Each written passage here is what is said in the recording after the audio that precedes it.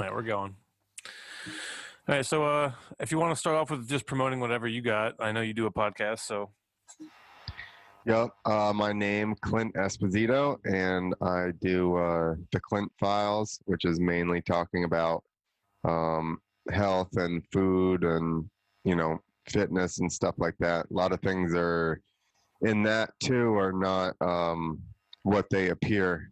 So just talking about a little bit of that, and also check out the Dojo of Comedy. That's not really my deal, but I work with them a lot, so we got a lot of shows coming up. yeah, so you guys are constantly posting new shows at TIFFs. Yeah, we're doing every Saturday. Saturday in August. I guess once, nothing's planned that far out because they haven't said what they're going to do with opening the inside or, Yeah, you also never know if they're going to randomly be like, "Oh, now you can't do anything." exactly. So we're not like booking too far in advance right now, but hopefully, you know, they let us back inside. Yeah, that'd be nice. It's been really weird actually because there's multiple bars and stuff near me. I'm more by New York. I'm like basically as far north in Jersey as you can go, and I've been trying to get a mic going in New York for the last month or so, and everyone's nervous to do it because they have like weird regulations with entertainment and whatever.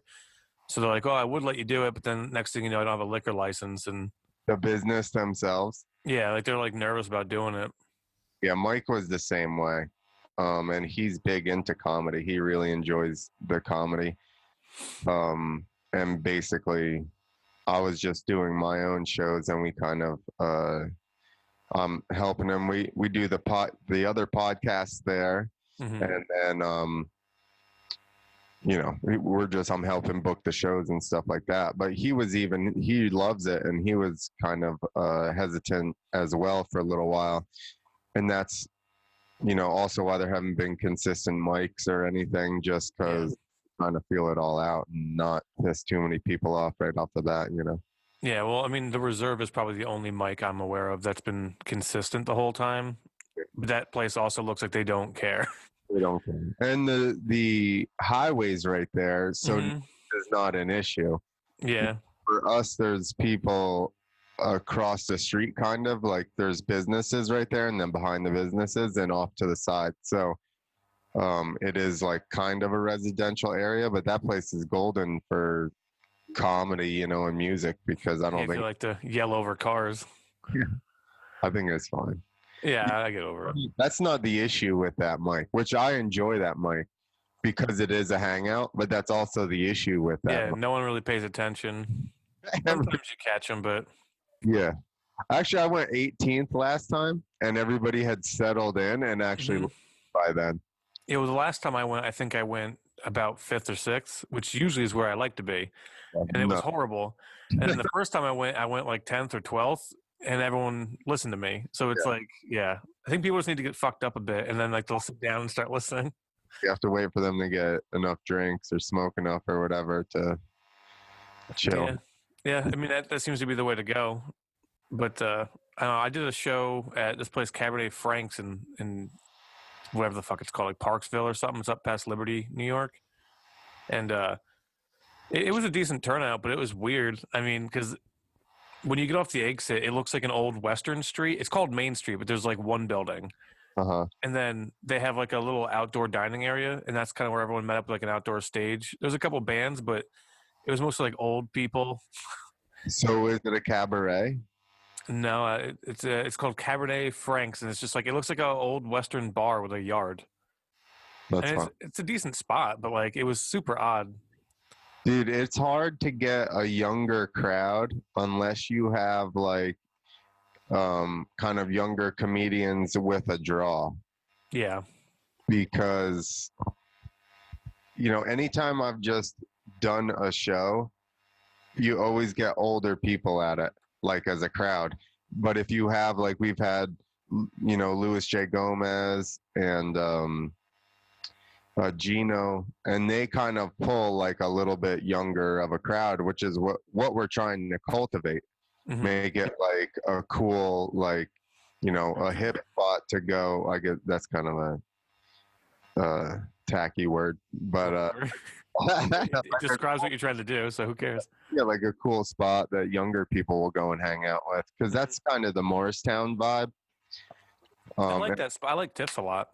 yeah, and the food's good. I like It's the food. Yeah, doing a good setup. So I would like to go back inside. That's that would be nice. well, there'll be an awning there now. Yeah, I saw you post about that. It should So you be. can't get rained out. It was supposed to be finished yesterday. I haven't heard anything. I'll see if it is. But once it is, then I'll do a consistent mic. My main thing with the outdoor mics is I really hate how the laughs come at you. Because like even if you get everyone to laugh, it doesn't feel the same as if you're inside and like it kind of is more directed at you. If that makes any sense. Yeah. Well, Like maybe with the roof it'll help. yeah, that should help, I would imagine, but I don't know. I like it when nobody laughs and then it's actual crickets. Yeah, that's true. There are legitimate crickets now. I think it's weird that the young people don't come out though, because when you think about it, like right now, there's not really anything else to do. So you'd think if they saw that you can go drink and there'd be something going on, that they'd go to it. Yeah. Maybe they're doing blow and backyard parties. I don't know. Well, they're saying that the overdoses are up now, so There you go. they're a little busy with that. That's what's happening. You got any good conspiracies lately? Well, I don't think that. How about the one that's not a conspiracy anymore? Well, most of them aren't. They just keep being classified as it. Yeah, exactly. That's true. Think about it. Two of the biggest ones, like the pedophilia in Hollywood and in the government and all I that. really wanted to talk about that one, so I was hoping you were going to go there. Well, that's not even. It's crazy because it's like almost not really conspiracy anymore. It's just like everybody knows. And it's just oddly accepted. Right. How it's because it does seem to be a side at this point, right? Yeah. They've built, and listen, I don't know if Trump's actually whatever, but he does seem to be the first person that's, as soon as he got in, everybody, all ex-presidents and everything got on the same side all of a sudden, and they were hanging out, and they were like, yeah, screw this guy collectively, which did make me start to go, okay. Something's up with that. Yeah, that's kind of. Well, he was the first guy to. I mean, even if you don't like him, he's not like the rest of them. Like they're all in the same game, and then he's some totally foreign person to just come into that. People have come in to trying to run for president and then been more accepted, like Reagan. He was an actor. Well, yeah, but they're all on the same side now, aren't they? Well, that's my point. Yeah. Was that he obviously, it's this thing about Ron Paul, not Rand Paul, Ron Paul. He like, I think he's the best. I think him, yeah.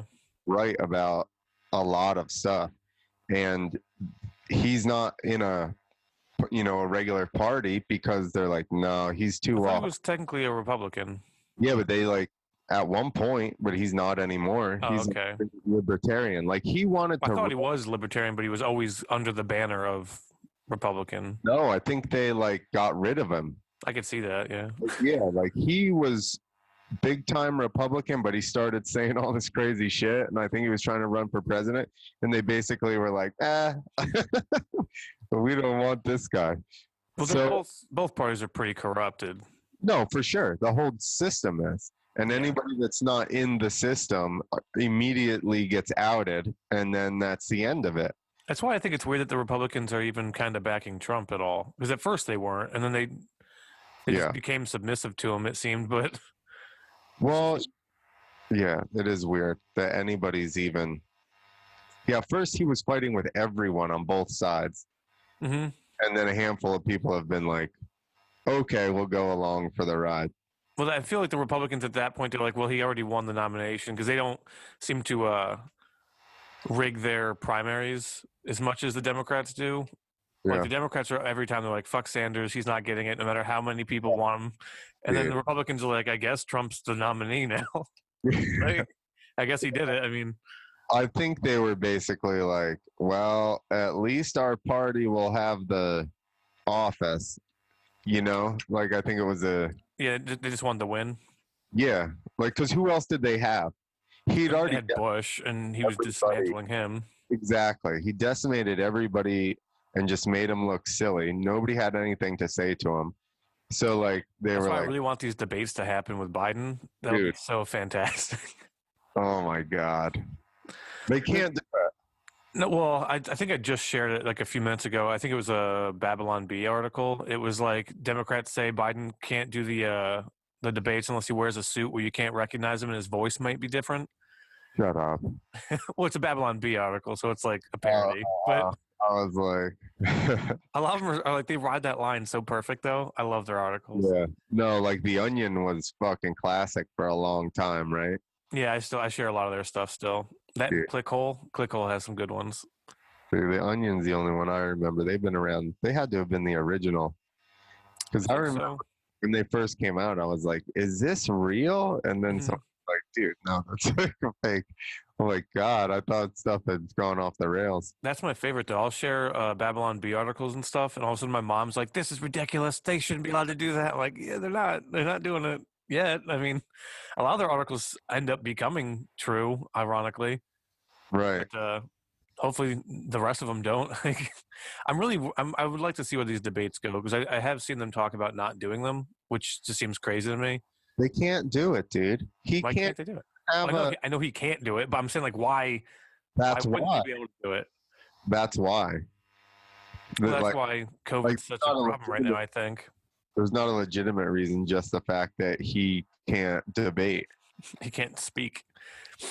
I don't know why Yeah, they keep letting him on news shows. Did you see the last one? but the one where he asked if he was on, oh man, why would I take a test? Hell no. That Yeah, one? he's like, "What do you want? Crack? You a crackhead?" Talking to a black guy. Yeah, he goes, Is it the same interview where he said that blacks aren't as diverse as Latinos? I don't know, it might be. Because that's another one they just did. I love everything about Biden. He's kind of my favorite person right now. Yeah, how about that all the people that are Democrats are people that we know that would want to like hang Trump if he ever said that sentence that black people are not as diverse as That's most people. They're yo, picking. It's a tribalism thing. exactly. And then they're like, well, listen, what he really meant was, and we're like, you're justifying it for him right Yeah. now?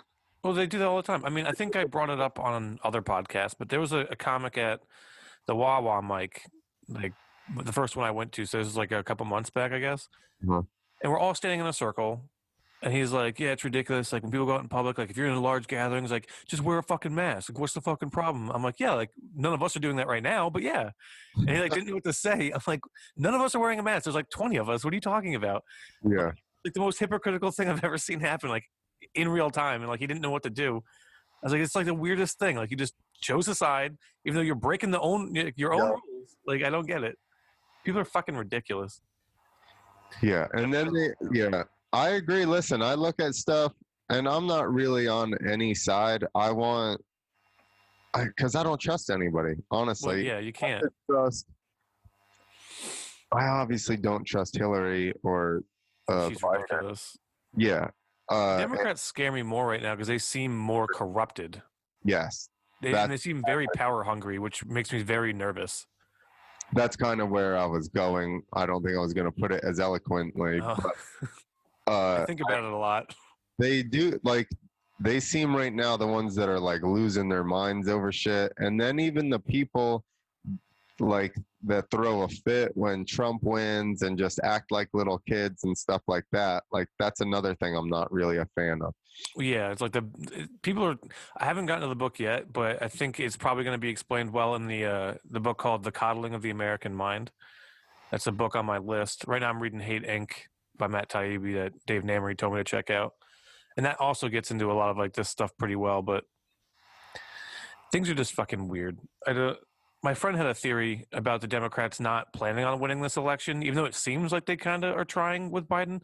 He made a point that they're like just throwing it away and just trying to make it look like an attempt, but hoping that they could just bury Trump with as much bad press over the next 4 years that it's a landslide victory. The following year. Yeah, like 2024 or whatever. Yo, it always goes back and forth anyway, but well, how? Yeah, I think it went back and it went back and forth because it's bullshit, and they're both playing the same game. It's just different corporations basically lobbying for either side. Yo, lobbying is the fucking stupidest thing I've ever heard of. You're gonna let somebody Pay a politician. Like there's no cap on anything. There's even if there was a cap, they'd still be doing it behind the scenes. you know how much of it is like that? It's like somebody's son or nephew works at some. Biden's son just got like 10 times. There's like, and everyone's like, "Nah, that's cool." Yeah, They actually went after Trump for calling him out. They tried to get Trump for what would they say he did? Like an active president did something like he like was something unlawful that he did by basically sending another country after Biden's son or some shit. I forgot what term they used, but it's like so Biden's son took a job with a company that he has no business working for, and then you're gonna get mad at Trump for calling it out. Not the guy who broke the law. You're gonna say that Trump's breaking the law for calling out the guy for breaking the law. yeah. Oh, it's because Biden was running for president. That's what it was. You weren't allowed to call out because he was running as an opponent in the presidential election, which seems like a stupid law anyway. That's a stupid law. When has nobody called Trump out? That doesn't matter. You're allowed to do that. He's trying to call out all the pedophiles. You can't. Dude, that's my whole point. I don't care, and I get it, but at least be aware enough that when your guy is a scumbag, you go, that was a scumbag move.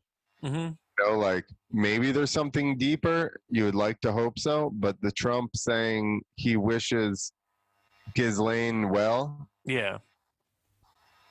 that's a scumbag move. I don't. Yeah. Maybe, I also haven't seen. I read it. I don't know if there was like a video of him saying it or if it was just like a written out thing. But that is odd. super odd. It is odd, but at the same time, depending on how he said it, I could also see him doing it in like a Narky sarcastic way. Yeah. But I don't. He maybe didn't. I have no idea. I never saw the video. I'm over the Trump train anyway. I don't really care. Yeah, I He's mean, just here to burn the shit to the ground. It feels. who he is? Yeah, like everything's just falling apart with him. Whether it's good or bad, I don't know. I think I legitimately think he's trying, but I also think that there's forces, you know what I mean? Whether it be the other party not allowing shit to happen or, you know, people in his cabinet, I'm sure, are like, hey, man, you're pushing the wrong buttons here. Yeah. Someone just tried to kill him, too. That's like barely being talked about. He got outside of the place. He wasn't even inside the building. Oh, he wasn't? I just saw like the guy was like outside with a gun or something. Yeah, and they were inside in a conference room. Mm-hmm. Somebody shot, and then somebody had to walk up and go, "Hey, there's been shots outside." And then he goes, "Oh," and turned around and walked into the room. Yeah, he's like, "All right, like, is he here?" He is the best roasting president, though. Well, he was on a roast. Yeah, there was a roast of him. But he's the best at roasting. Well, yeah, he's really quick. I mean, I think Rogan and them, they've brought up 100 times how he's basically a comic. For sure. He's just got perfect stage presence. He knows what to say. He always comes up with nicknames that like completely destroy people. Dude, and they catch on. And the stuff he says right off of the bat, like, it's so good. Even if you don't, it's so bad that politics are as polarizing as they are, because a lot of these comedians should still at least appreciate, you know, they should like what he's doing. I mean, I've heard what's his name, Moshe. He's dating Natasha or whatever. He's a bigger comic, not like massive, but he has a special on Netflix, I believe. But he's very liberal, and even he was like, I gotta say, he's very entertaining and smart. He's like, he's very quick witted. Yeah. So even though he doesn't like him, he could at least like come out and be like, yeah, he's pretty good at it. Exactly. And that, you know, nobody wants to recognize anything anybody from the other side did in a positive, you know, and that's either way. I feel like that wasn't as bad until Trump, though. It's almost like my generation is at the age now where we're becoming the adults of society, and we have social media. So now everyone's just like screaming at the rooftops their opinion on everything. Right. Like, I don't know if you saw, like, going back to like more of like the kid fucking thing, is I posted a few things about it, and this guy I used to be in a band with was fucking commenting on one of my posts, and the post itself brought up COVID, but he like gets into how like COVID's way worse and all this other shit. It's like, you're like actively defending or at least trying to like negate the seriousness of pedophilia. Right. Like, and I don't know if it's because like maybe you like to fuck kids or if it's just because you're just, I don't know, you picked a team so hard that like you just Right. don't acknowledge that. I think I saw a comment from that guy, and I almost commented, and I'm like, I'm just gonna get out of here. I try to bait other comics in there because I've gotten people in it on like a few. Like I got Dave Damry in, but no one ever responds to him. So Because it's like he's good. Then what the stuff he writes is so ridiculous, or like spun so hard that you can't even. the guy had like it was like you had to scroll, right. It's like a paragraph the guy wrote, and then Dave just writes no. I was like, this is a perfect response. Exactly. Like, and yeah, I don't even know what to say to Dave on half the shows. Like, all right, kudos, I like it. I love it. He spins stuff so good. Yeah, I had to get him back on the podcast, but I had too many in a row with him. People thought it was the same episode. I was like, no, it's two different ones. That happens. I've done that. Yeah, So yeah, the kid fucking becoming normal. Like nobody thinks that all of a sudden Oprah closing up her magazine, Ellen closing down her show, the whatever CARE Act or whatever the hell they got going on for relief. They're trying to put some kind of kid touching clause in that fucking thing too. Like that's another thing I don't understand. How come when a law is being passed, there's other things in it? Why don't we just talk about that law? they can't do it. I don't know why. It's a barter between them. They're like wrong. Like it should only ever be one law at a time. yeah. Like Not a bill with 1,700 laws in it and all these. I think it's like I forgot which law it was, but I was watching a podcast and like a politician was on, I think Rogan, and he's like, "I'll get a fax. It's like 3,000 pages, and we're voting on it in 2 hours." Yeah. He's like, "No one's fucking reading that." Yeah.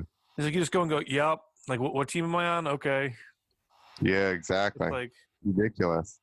They do that stuff on purpose. It's the same reason tax like tax codes like they're ridiculous as fuck trying to read stuff and figure out what you're supposed to do, and it's done like that on purpose so that they can catch you in whatever situation they want. Laws used to be written to where it was very clear cut, that way anybody would understand the law and you could just like it would be way easier to navigate the waters. They started making laws very vague. That way, if they bring you to court for whatever reason, lawyers now have the wiggle room to go, well, because you did this and that, and like it starts to mold you into like a way bigger criminal than you actually are. It's about controlling people. Dude, it's about making everything so convoluted that you need a specialist you got to pay a specialist to do it, and then they all know each other, the lawyers and the defense attorneys and all that shit. They know each other.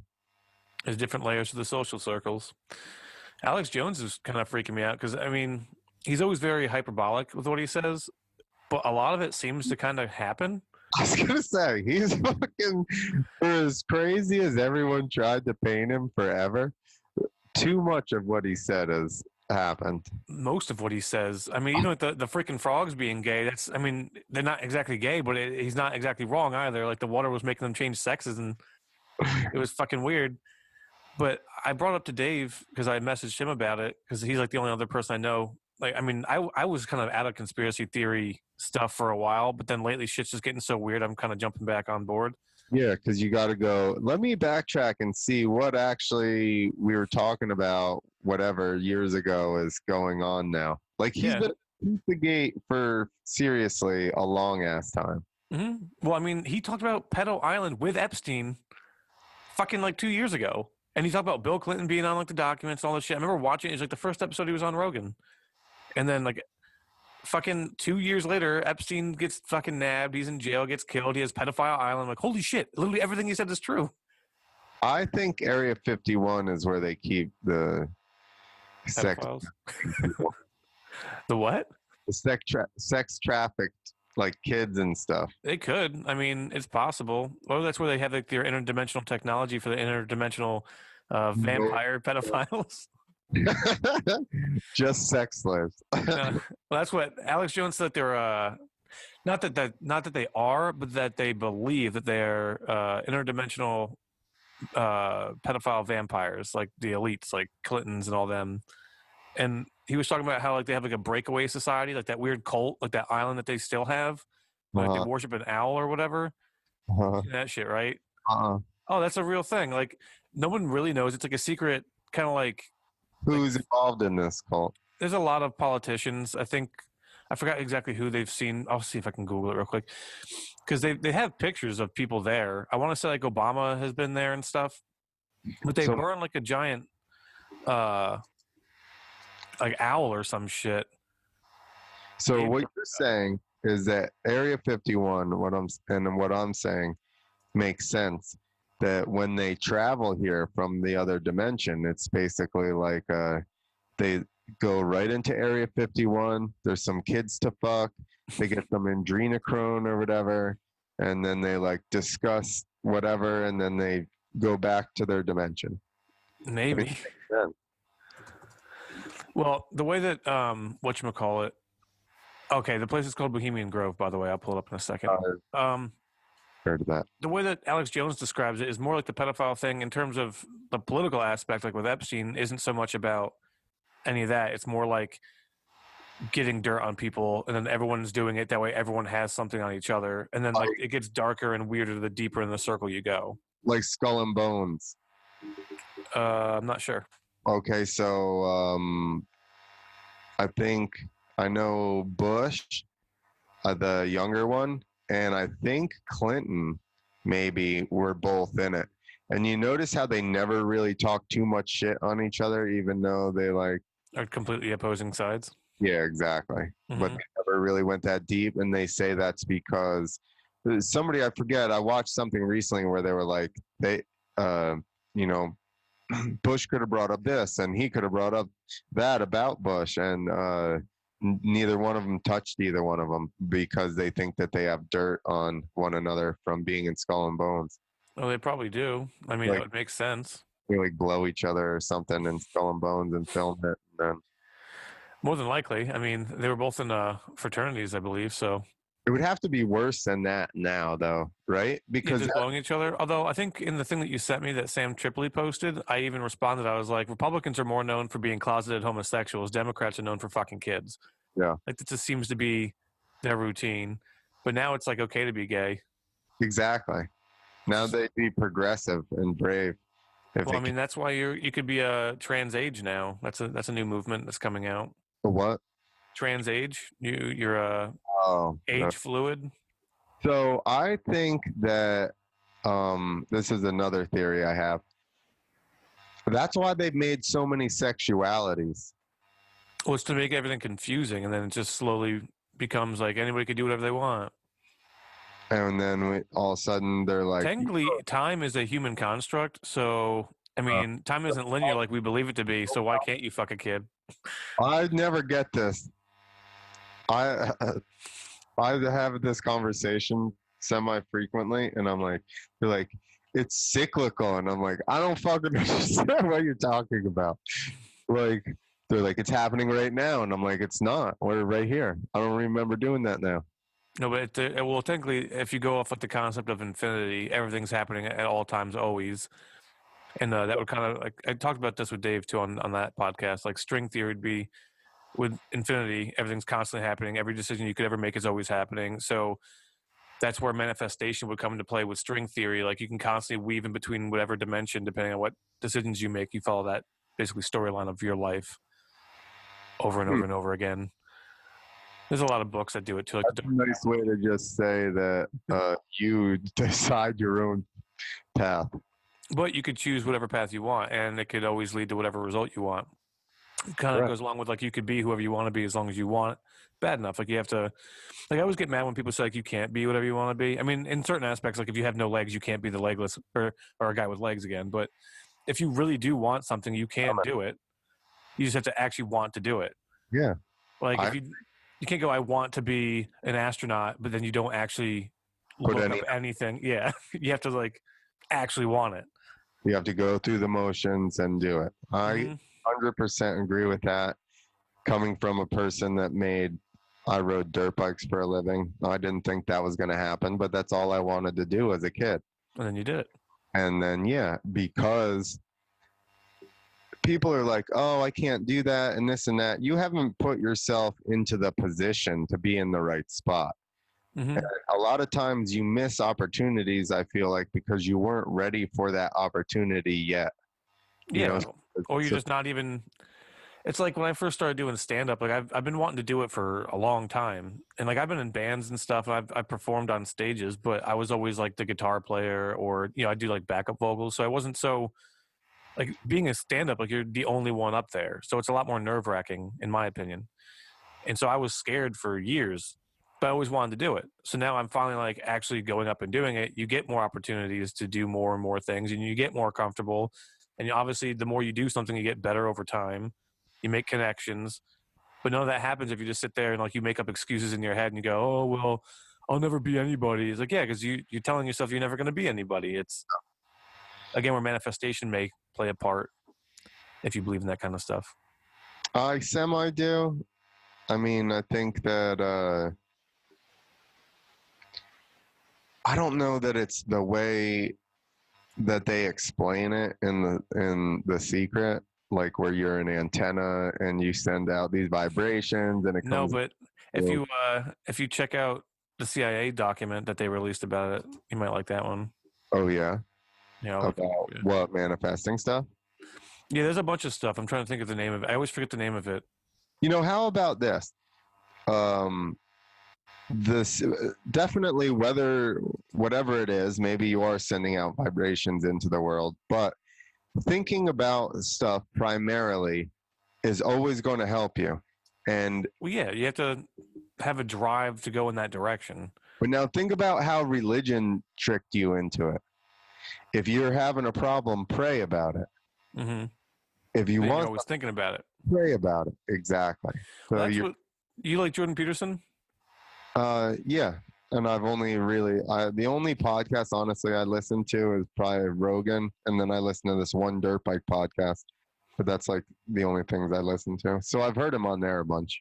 Yeah, I've listened to his podcast a few times too, and I've watched a few of his other videos, and I have his book. But he breaks things down. Even on Rogan, I believe he gets into religion a bit, and he kind of breaks it all down to being allegorical, like kind of like how I think Grant Hancock brought up about the ancient Greek mythology. How it's kind of weird that they would be such a smart society, but then believe in such an obscure religion. And he thinks it was mostly not really meant to be worshipped like a god, but it's actually a way to tell science to the layman, like someone who wouldn't understand certain things. You break down life lessons and things allegorically to these fun stories. And that's basically what he's saying, like the biblical stories are too. Like he breaks down like multiple stories on Rogan and how they would apply to like even modern day life. So things like praying, even though like people maybe now look at it and go, "Oh, I'm praying to a god." Like what you're saying, it's really just a way for you to think about your problem and get to the solution. Yeah. And I totally agree with that. That, that's why there's so many different forms of religion that are almost exactly the same, Mm-hmm. because that culture, like, I think they're arguing over name differences. You know what I mean? Because Most times, yeah. holidays are all almost the same. They're all come from pagan stuff.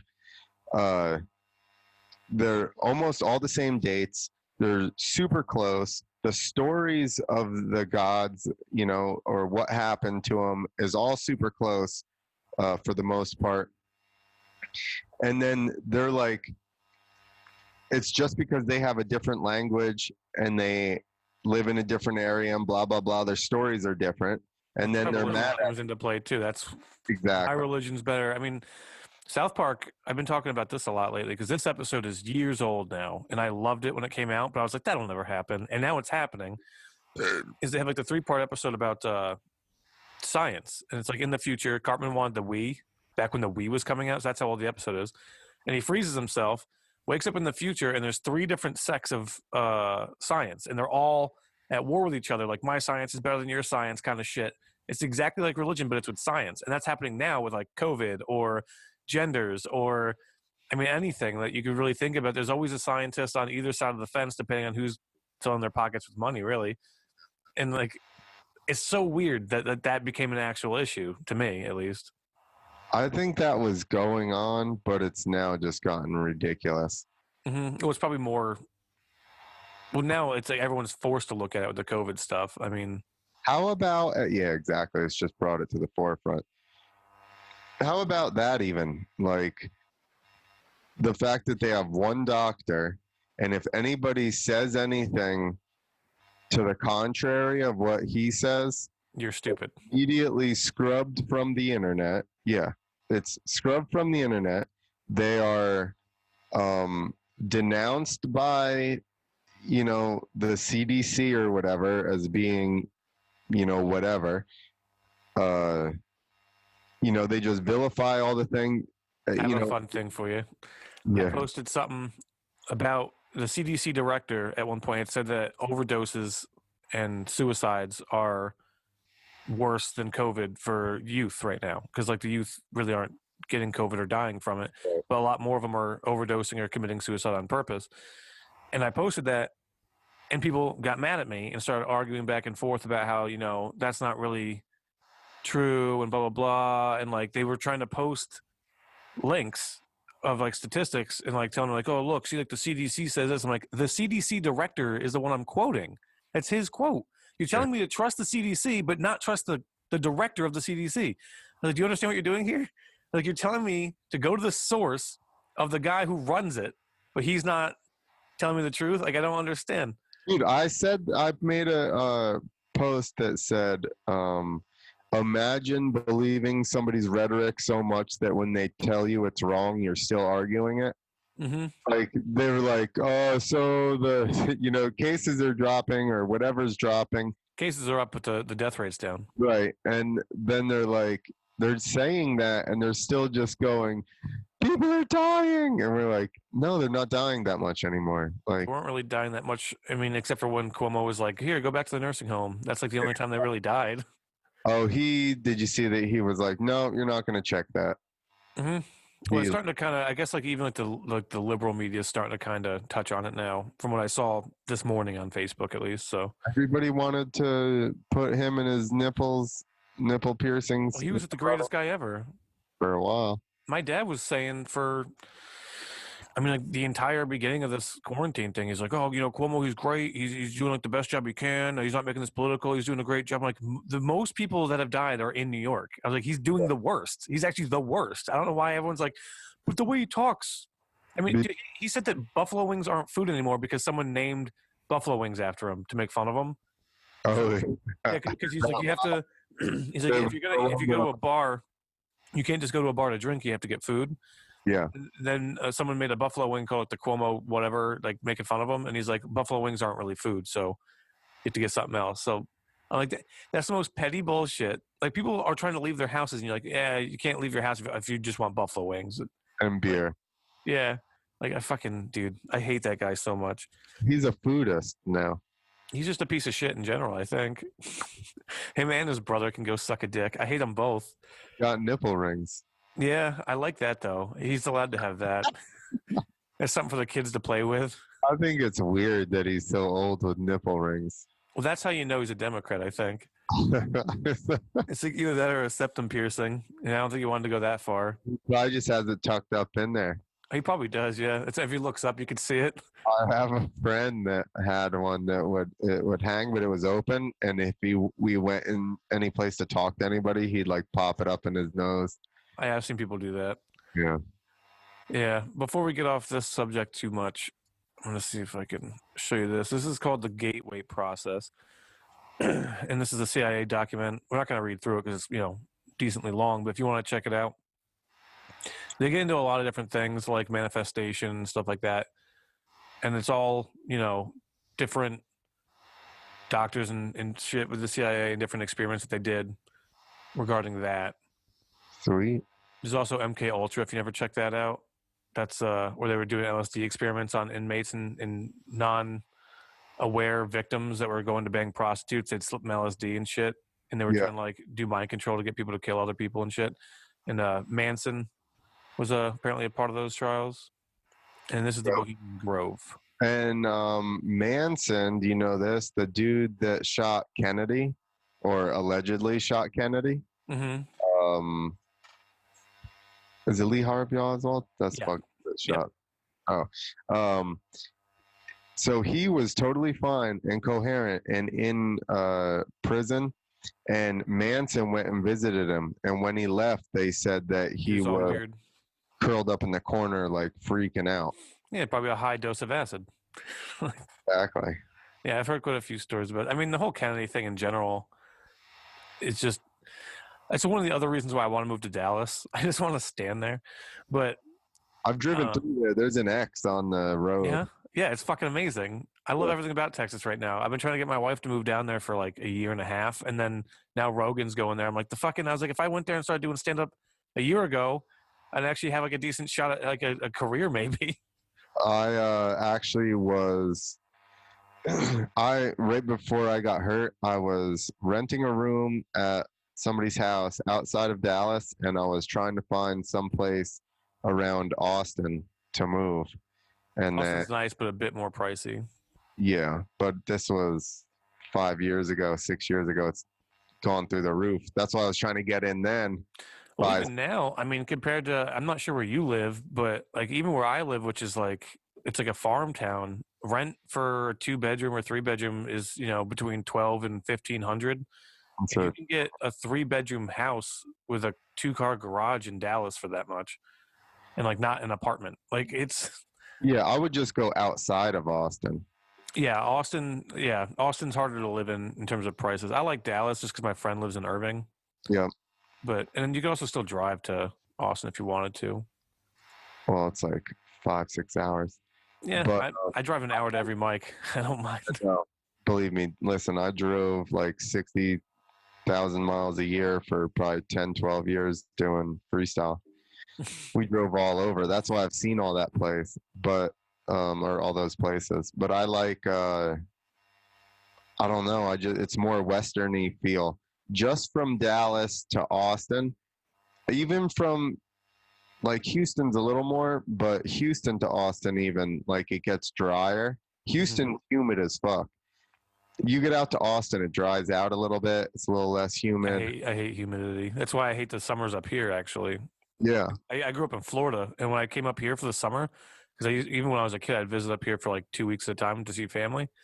I'd come from Florida where it was like 100 degrees, get off the plane up here, it's like 80 or 90, and I thought it was way worse. Like I'd literally get up like, we need to go to the fucking side. Like this is horrible. Ohio is worse, like Atlanta, because you don't have the ocean air. Mm-hmm. That's why I like Florida. The further you get in, yeah, exactly. That's why Orlando and shit's horrible. Yeah. It's like land, like you're in a swamp basically, but they have Disney.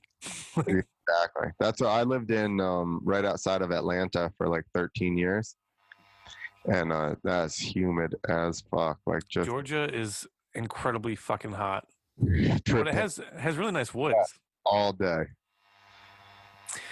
And it's got sick dirt if you ride dirt bikes. I've ridden a dirt bike twice. The first time my dad had a I forgot what they're called, like is it an enduro or whatever? They're like half street, half dirt bike kind of thing. A dual sport. Yeah, he had like his friend gave it to him. It was like I think it was a 250, and it had a kick start. And then he said like when it started, you had to like kind of gun it into first, otherwise it would stall out. Mm-hmm. And he had it like aimed at his porch, and I didn't even like realize it. It was like the porch is like maybe not even 5 feet away, like 4 or 5 feet. So yeah. I stalled it like 2 or 3 times. I finally get to go and I gun it. So I'm like, like the front wheel comes up. I went straight into the fucking porch. And then the second time it was my buddy. He had like a 125 or something, little dirt bike, and I drove that around. I mostly driven quads, stuff like that, 4 wheels. Yeah, whenever people set somebody up that doesn't ride that well and has anything in front of them for like 50 yards, like it's a bad recipe. Well, yeah, I mean, bikes especially, because with quads, it's usually like a thumb throttle. Dude, I've seen people get whiskey throttle on those things too. Really? Oh, I just feel like with dirt bikes, I've seen people fall and they keep hanging onto the handle, so it's like, and the bike's like spinning around and shit. Or you can jump to something and get your arm like kind of caught. Mm-hmm. and you just forget to Let go. I tell people, well, it's hard, like you said, you get pulled back, and then as you go to let go, it's giving it more gas. So I tell people all the time that just remember, if you ever get your hand gets stuck, lift your elbow. It makes sense, yeah. That's best case scenario to try to shut off, and that, or just let go. But first, go and lift your elbow. I wouldn't mind fucking around with some more dirt bike stuff, but I don't have one, and I don't even know where to go right now. I mean, we used to have friends. My dad's friend was really big into dirt bikes and had a bunch of cool stuff, but he was actually riding, I think, his dirt bike or his motorcycle, and the guy fucked him up pretty good. Like he's got some brain issues now, so he can't really do much of anything. That sucks. I hate bikes scare the shit out of me with that stuff. I've had a lot of friends, I've been hurt a bunch, and I've had a lot of friends get hurt and knock themselves out and have to relearn how to tie their shoes and shit like that. So I'm like, and I always thought, even when I was doing it, I had goals, but I was like, I do look forward to the day that I'm not doing this, like as much, like no, it's just for fun. Scared all the time, yeah. Instead of being competitive with it. And that's why you were talking about the nerves of comedy. I originally, so I booked my own shows. I had my own company, and I booked freestyle shows. And then I got hurt a couple times, and I would just, instead of hiring an announcer, I would just announce myself. So then as I was announcing the show, same thing, real dry, explain shit. I'd yell a little bit, make some noise or whatever the fuck you're supposed to do. Pandering to the audience. Yeah, exactly. You have to do that shit to get them going. Yeah. But I would slip things in and just like say funny stuff. And I was just saying it for myself. And then I caught like some older guys like laughing at it. It's always them. I guess because it was riding stuff I was making fun of or whatever. Most people I think didn't get it. And then I could see the people that kind of got what I was making fun of. So then that became fun to me, trying to make some people laugh and find them and stuff. And then I just realized, I was like, fuck, I'm just like in the wrong business. Well, yeah, I'm just like, this is the wrong facet right now. Like, these people aren't expecting jokes. Although now I want to do a motorcycle thrill show, like where I crash through walls and shit and jump. I saw you post something where you went through fire. Yeah, firewall. That was cool. Through one, yeah. I put it on the landing and jumped like 60 feet through it. My friend's a Hollywood stunt guy, so like he knows how to breakaway stuff so you don't get all fucked up. Well, that we were doing, I got friends that do like live car stunt shows and have for since the 80s. He's like a little bit older than me, maybe the 90s. He's a little bit older than me, but basically I got into dirt bikes and he got into stunt driving cars. So that's what he's done his whole life is, like he does that when you drive backwards and you spin around and shit like that. That's pretty cool. You can drive on two wheels. I have to make I've done a few short films, but now I'm going to do one that would involve stunt driving and ask your friend to do it. Dude, come on. Or even fire stuff. Zoltan's the man. He can light us on fire. His name is Zoltan? Yeah. That's so weird because my dad, he had a friend, Zoltan, when he was younger. His name was Zoltan Big. And he was he wanted to be a professional wrestler. I guess he was pretty decent on the circuit too. Nice. That's a weird name that I know 3 people now, or at least know of 3 people now with that name. Well, you'll have to meet Zoltan. He's awesome. He's super excited all the time and fucking amped up. I would just happy to be alive at this point. Well, he does a little bit of driving, but he mainly does fire stuff and fight scenes in like movies and shows and stuff. I love choreographing that stuff. Yeah. Like I've done I've trained Muay Thai and boxing and stuff over the years, but I've mostly stuck to grappling. But even then, like I've done like a few like things in short films where it's like a little bit of a combat thing. I always like getting like the certain angles and shit because when you look at movies now, like a lot of the times it's very cutaway. Like you never really see the hits, so the fight scenes always look like shit. I fucking hate it. Or they're panning really fast. Yeah. I like the old school Jackie Chan stuff. It'd be like a wide shot, and then like I never even realized that it happened. There's this guy. It's called Every Frame of Painting on YouTube, and he breaks down like filming in certain scenarios.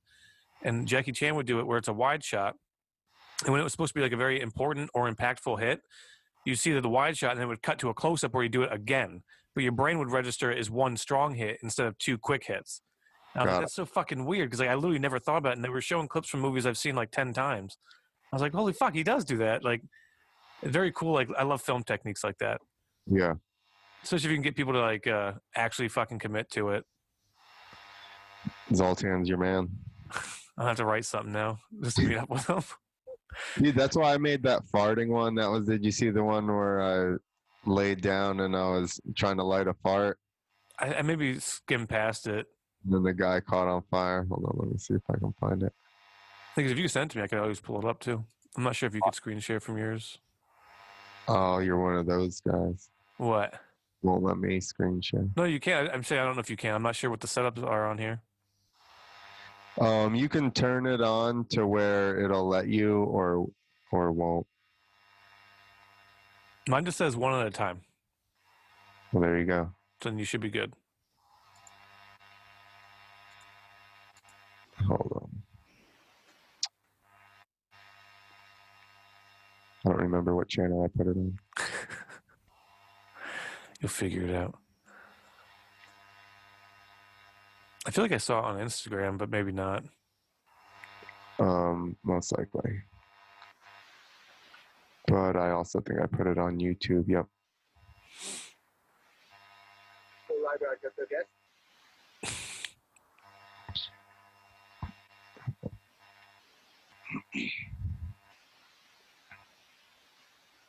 Host disabled screen share. I'll shoot it. Fuck. There. Oh, there you go. Nope, you're good now. Fucking guy. No one else has ever shared on here.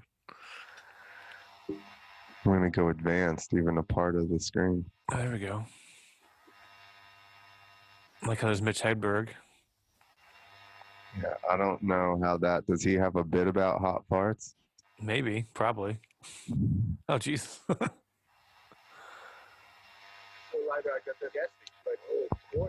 You know you can light your farts on fire? Never seen anybody getting their fart on fire. I got a fart right now, dude. Let's do it. Bro, I can't fart on my back. You're gonna have to bend over and spread my cheek. Did it work?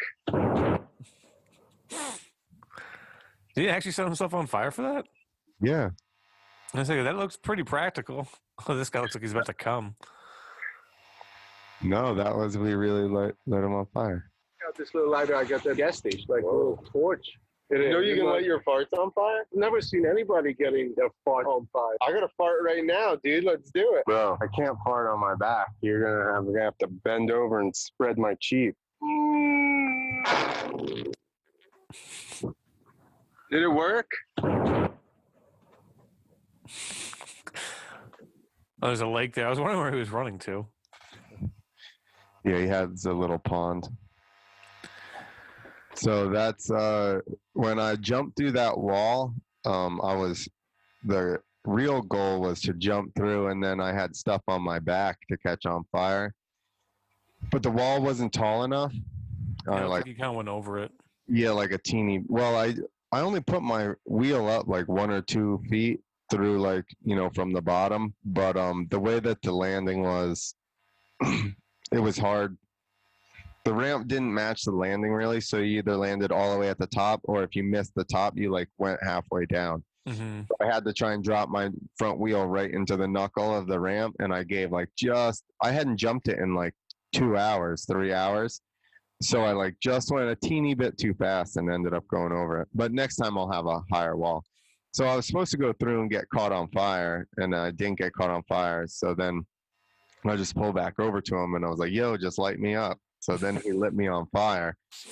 And then I was like, what am I going to do? Ride to the berm and ride back? So there was like some other jumps on the way back. So I went around. While you're on fire? Yeah. So I went around the corner. I clicked third gear, and I thought it was going to put it out, and it did not. I started going fast, and it was just like, and got real big. And when you start to feel heat, like, you better get put out because your shit's just starting to get hot. Mm-hmm. So like the heat's still transferring in. So as I jumped that jump, I was going to jump another one. There was like a couple in a row. And then my jacket started to get hot already. And I was like, okay. So I just pinned it back over to him. I'd be totally down to film some of this shit if you guys ever wanted to do something. Yeah. I like filming and editing stuff, so. Good. I film and edit too, but I definitely like help, and I like working with other people, and sometimes you got different ideas about this or that. But yeah, editing is always. I notice a lot of times that's where like the personality of stuff really comes out, because everyone's editing style is so different. I'm just like chop it up. I'm not like, I know people that are super.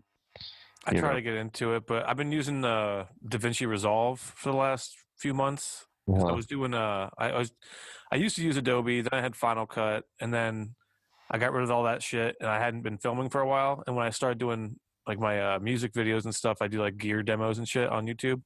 Mm-hmm. I started doing that again. I used iMovie just because it was free, but it doesn't sync up well. Like I was playing drums in one video, and you just see like I start playing, and then the sound's like following me basically. Like it doesn't sync up anymore, which I guess is a very big issue with iMovie.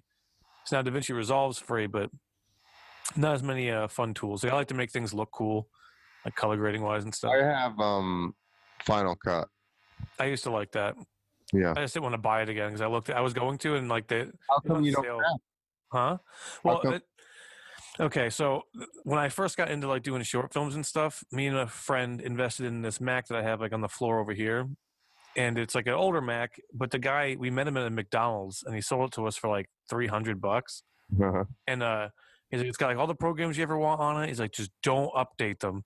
I was like, oh, cool, they're stolen. So like, I had like a bunch of cool shit, but like I can't transfer it to anything else. It's like stuck on that computer.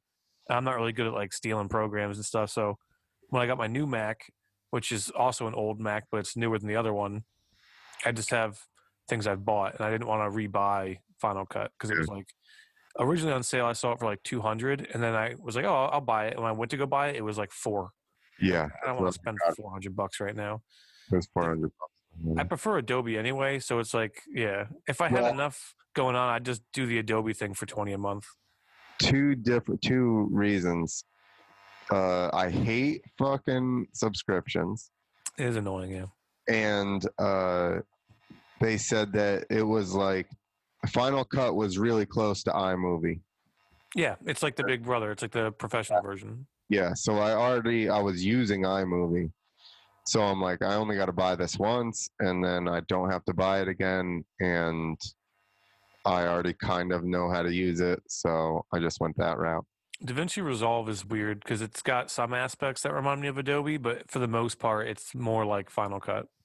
So, but I'm used to both programs, like with like music and stuff too. So like audio recording shit, I've used so many different programs at this point. I'm just used to relearning programs. I get mad for like a week and then I figure it out. I'm really excited to have my podcasting down to where I have it now, because I had a couple of years of really being mad like every month about something or other. Like trying to figure out how to like edit it and stuff. Dude, I don't even really edit it. I run most stuff live, a couple things live, like my dirt bike podcast live and stuff like that. So I don't do too much editing, but not even that. Like I started before Zoom was a thing. Mm-hmm. So I was doing it on OBS, and the OBS is good, but there's a ton of things you need to learn how to set it up within your computer and do your audios into it and everything. Yeah, it's definitely a long learning process. And then audio with people and yada yada. And I had one of those Scarlett. Focusrite interfaces. Yeah, and then that thing finally, I sold it, and then I bought a different mixer. So like, I don't know. I put a bunch of money into podcasting here in the last 2.5 years. You gotta get one of these arms. Well, this isn't an arm. I have like a boom stand, but get a so you don't have to hold the microphone. It's a pain in the ass, isn't it? You think used to it? But yeah, I mean, I don't know. Podcasting is always fun, but the Zoom thing definitely made it, I think, a lot easier. Yeah. Because before that, I have a decent camera, but What do you have? I have a Nikon D5500. Huh. So it's a quarter frame, but for what it is, it's pretty good. Like I did all my short films on it and stuff. It does 1080p. But the issue with Nikon is you can't get hacked firmware. So when I bought it, I thought it was great because it's better than most of the Canons in that price range. But Canon, you can get hacked firmware to where you could just film and film and film. Whereas Nikon, it has a 20-minute cap. So if I was doing a podcast, I'd have to like do 20-minute intervals, or Oh yeah, it shuts off after. like 20 minutes. So Yeah, that's the other camera. We have two cameras at the studio. Mike has a Nikon and I have a Canon. I have a 80D. okay, yeah, I know that one. Mine, I didn't have to hack it. I just went in. They must have changed it. Well, I'm thinking like the T6s and shit. I think have it. Like the cheaper. Got it. Yeah, we started. So I used to do dirt bike videos. We did 2 DVDs like back in 2005 and 2007 or something. So we were still recording on mini DV tapes at the time. That's cool though. And then we were doing it when it swapped over to the 60D was the first one that shot film good enough in like a DSLR body for us to start shooting film with that, or like footage with that type of thing. And then everybody just transitioned over, the chips got shrunk down, the color cards got shrunk down enough that every DSLR can kind of shoot pretty good now, even in low light. Yeah, that's my big thing is I like low light, if you can't tell by my basement setup, but I like things to be like dark and seedy, and I had a hard time. Like my Nikon's pretty decent with low light, but I was looking at this one Sony. It's like an all-in-one kind of camera, like run and gun setup, and that thing I forgot the name of it, but it's like the A7 or some shit. It could shoot in such low light. It was pretty cool. Yeah, that's my camera. Even like at the dojo, now that I have before I put the spotlight up that I have now, because now I had a lighting kit because we used to shoot for those videos and stuff for interviews, and I bought a kit, back then 2005 or something, and we just happened to buy a good kit, so I got like some big ass spotlights, so I've been using that at the dojo now, and now I can shoot pictures when it gets real dark. But before that, and even with some of the other lights, once it got really dark, then the pictures got grainy, Yeah, the ISO open exactly for so long that everybody's always they're like a blur. yeah. Those pictures are cool too, though, if you do them with like cars and stuff at night, the slow shutter. But I'm not that good, really. Well, I'm not big with like photography. I really just got the camera to film things because I like doing short films. But I was fucking around because my aunt lives in Scranton, so I'd go to visit her around Christmas, and like I like to do like really close up photos of Christmas lights and stuff sometimes. And then I had a picture where she stood in the corner, and I had my tripod set up, and I just put a slow shutter, so as long as she didn't move, she'd look normal. But if a car drove by, like the lights look like neon beams going down the road and shit. Yeah. But the car's not there, so it's like things like that are cool. That's how old time pictures were, right? Yeah. Everybody had to stand there for fucking like because like an hour-long shutter. That's why everyone looks sad. Like just a blur. Yeah, everyone's like, oh, they're possessed. It's witchcraft.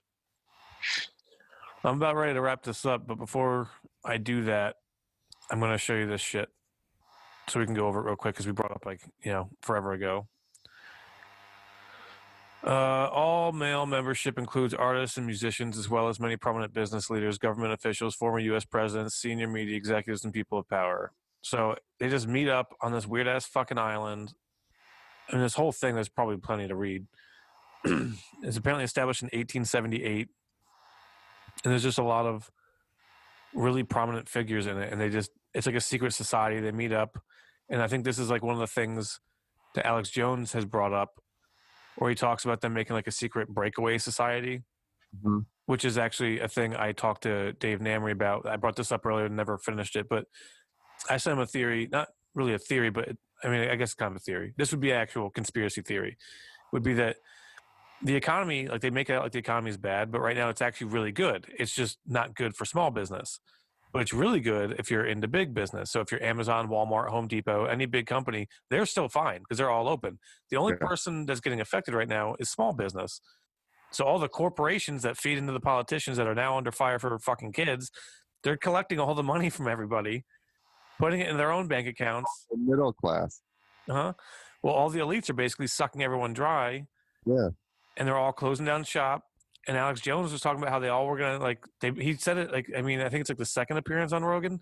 He's like, the elites are gonna take all the money and they're gonna break away from society, and like whatever, like different planet, dimension, whatever. And now like we're dropping alien bombs. Like everyone's like, oh, is that real?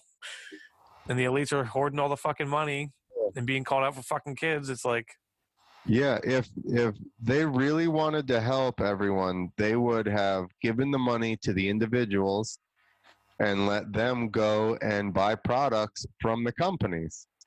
yeah, well, I mean, it's the same thing with teaching right now. Like my wife is a teacher, so I don't want her to not have a job. At the same time, if the schools aren't going to let people in there, why can't the parents take the money per student and enlist them in private schools? Like I've been trying to tell my wife, like, if this keeps going the way it is, you could just buy or rent out a studio, and if parents want to send their kids in, you could teach like 10 kids, and you'd make more money. Yeah. Or even if you just did it on, because she's doing it not on Zoom, it's like Google Class, I think. Yep. She's doing that anyway with 2 kids. So like you could just do like 5 kids and make more money if you do it that way.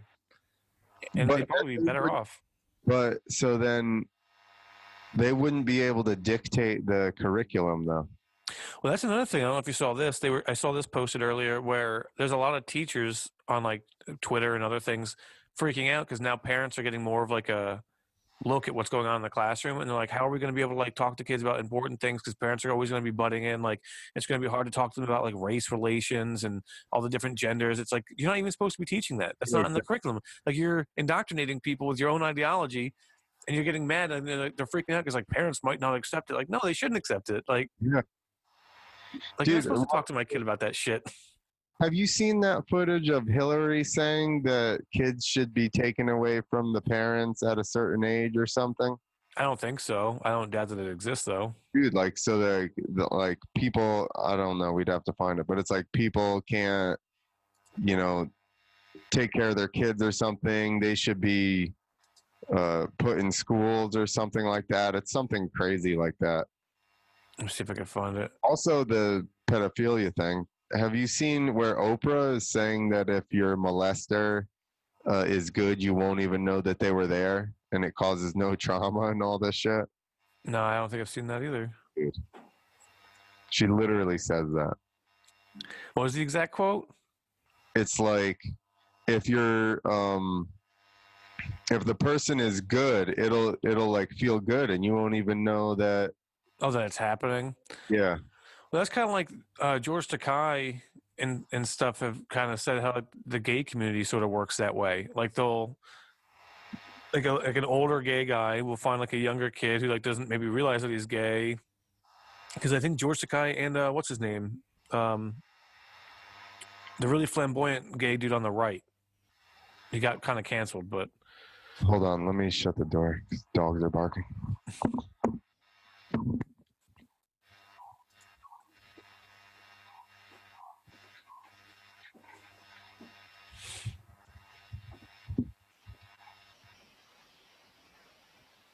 I figured out his name though.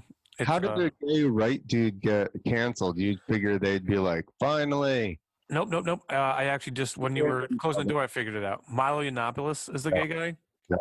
Him and George Takei basically have the same story of how they were basically molested, but that's like how like they figured out they were gay. And George Takei was like, but I liked it because I was gay. It's like I just kind of grew into it. And like, yeah, he was older, but it was like consensual. Whereas Milo was like, yeah, I was consensual at the time because I was a kid, but really I was being molested. He gets canceled. Yeah. George Takei, fine. Hold on. The one who agreed with pedophilia is still allowed to talk to people on Facebook. It's hilarious. Hold on, I found the video. Why won't it fucking open? Oh, you know why.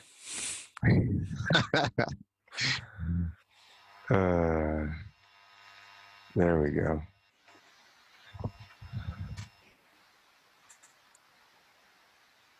I do know why. We always used to laugh about that on the Dirt Bike podcast. We'd start saying some shit, and all of a sudden there'd be some kind of like hiccup. And a big part of the confusion and shame for child victims is that the attention and the seduction from the predator, who is probably going to be somebody you know. Right. In order for it to work, it has to be somebody you know, somebody you admire, somebody you respect, or maybe even love. And it feels good. I mean, if you're 7 years old and somebody, which I was trying to say this to my friends who had children, you're 7 years old and someone is stroking your penis, it feels good. Right. Even though you don't have a name for what that is, it feels good. Yeah. And when I first said this years ago, people were like, you're crazy, because everybody wants to believe it's like sexual assault and you're being thrown up against the wall and you're being raped. And I have said for years, if the abuser is any good, you won't even know it's happened. You will be in it and you won't even know it's happened. And if the abuser is any good, he or she is going to make you feel like you're a part of it. I mean, and nothing is more being a part of it than what we discussed earlier. Well, I mean, in a way, I agree with her. Like, I think that if the abuser is any good, that is how you would probably perceive it at the time. I don't think it's correct, but I do think that, like, if the person is going to be successful at molesting kids, you can't just fucking walk in a room and start grabbing dicks. Like, you have to kind of, I mean, I know plenty of people who have been in this situation, and they always make it out like the victim always is made out to feel like if they were to say something, like they're in the wrong. Yeah.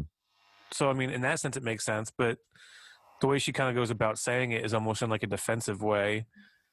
She also was very close with Weinstein. Well, I mean, I don't think that that's necessarily the issue. The issue is that that person is kind of fucked up a little bit. No, I mean, especially if they're super young, and then somebody super old. Yeah, well, either way, like, I think, like, even if you don't realize it's happening, it's definitely affecting you mentally, even if you don't realize it. Like, you'll grow up and you'll be doing certain weird shit, and then eventually you'll go to therapy, and the guy will be like, oh, that's because some dude sucked your dick when you were 5. You're like, oh, fuck, that is why I eat Cheerios that way. Like, it's always, like, weird shit. So the idea of, like, saying it doesn't affect you just because you maybe liked it when you were 7, like, I don't think anybody really would like it. Like, just because your dick can get hard and you might not like it. Just like how, like, if a woman's raped, like, she can orgasm, but that doesn't mean she's into it. Or they get wet, but that's like a defect. Well, your body's designed to do that. Like, oh, something's entering me. Let's make sure I don't bleed. Exactly. I mean, all this shit's fucking stupid. If your rapist is any good, you won't even know. Yeah. That it happened. If your rapist is any good, you won't even be able to scream, you know? Like, I fucking hate everybody. But before we go, you want to watch someone get hurt? Maybe that'll be like a nice, fun way to end it. Fucking that. Go ahead. What happened there? I hate because I know what this dude feels like for the next 2 months. What, this guy here? Whatever happened. Let's make sure we're at the very beginning. Is it a guy on a dirt bike? No. Can you see the video here? No. Oh, I'm screen sharing. You can't see the screen? It says that you started screen sharing, but that's all it says. This fucking shit. Hang on a second. I'll get this fucker to work. Is it a Chinese guy getting hurt? Maybe they you on Zoom. They own Zoom too. Do they really? Maybe we'll cancel this soon. Let's do the next one to go. Half my Instagram is just TikToks. I don't want to watch this guy get fucking killed. Why? His scream is the best. Every time I go to fucking play it, it doesn't work. Good. I hate watching. Oh, here we go.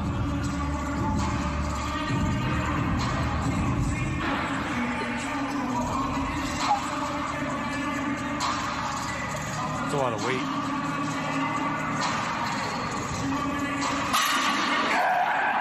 Oh my God. Dude, his hands popped off of the bar. Mm-hmm. If at the top it says it's HMFT, it's a subreddit, it's hold my feeding tube. After I attempt this PR without any chalk on. So apparently there's a reason why people chalk their hands, and that's it right there. I don't want to lift enough weight to have to chalk my hands.